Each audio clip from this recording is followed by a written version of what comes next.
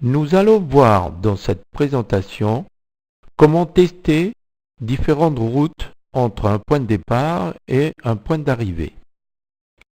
Pour cela, nous allons calculer d'abord une première route, puis nous allons rajouter des étapes pour modifier la route proposée. Pour définir le départ et l'arrivée, nous allons utiliser les champs texte prévus à cet effet.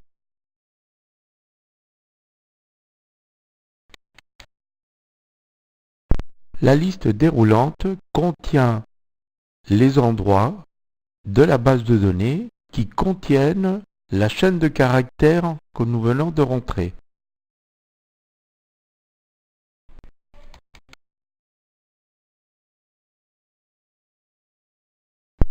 Le bouton Aller permet de calculer la route entre les deux endroits qui se trouvent en surbrillance.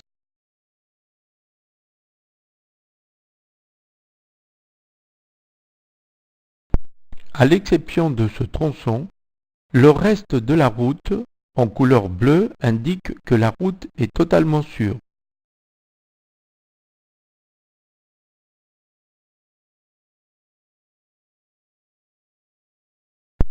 Pour définir une route différente, nous pouvons choisir des points d'étape parmi ceux qui sont proposés à l'écran. Nous allons sélectionner la chaussée des Pierres Noires. Ceci nous amènera à Molène par le chenal du Sud.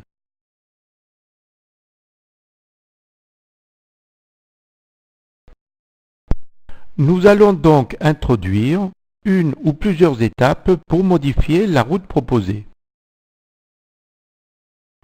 En cliquant avec le bouton droit de la souris sur le point, un menu nous permet de définir ce point comme un point d'étape.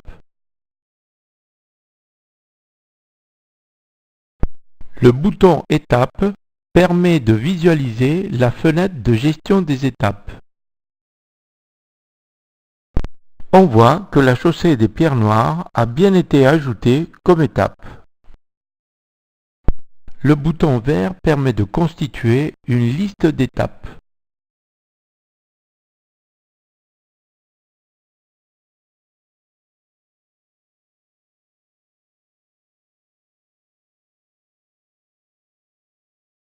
Une fois les étapes définies, le bouton Aller permet de calculer la nouvelle route. La nouvelle route comportant des tronçons délicats ou dangereux, des messages d'avertissement sont affichés.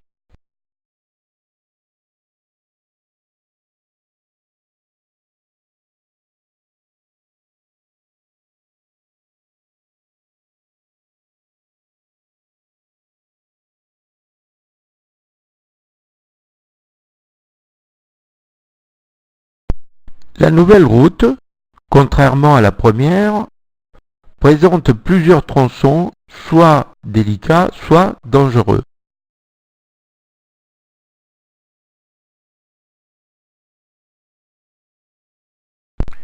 Le menu contextuel de la route que nous venons de calculer permet d'afficher la feuille de route avec l'explication de la dangerosité des tronçons.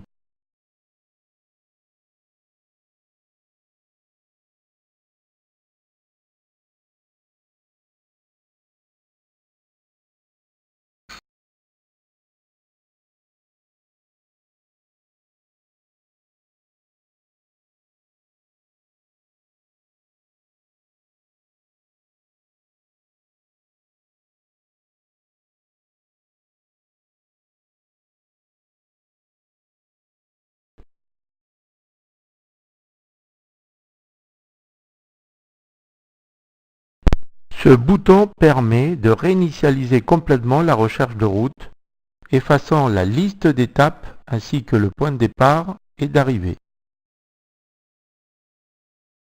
Pour finir, le bouton Réduire permet de cacher les champs de recherche d'étapes.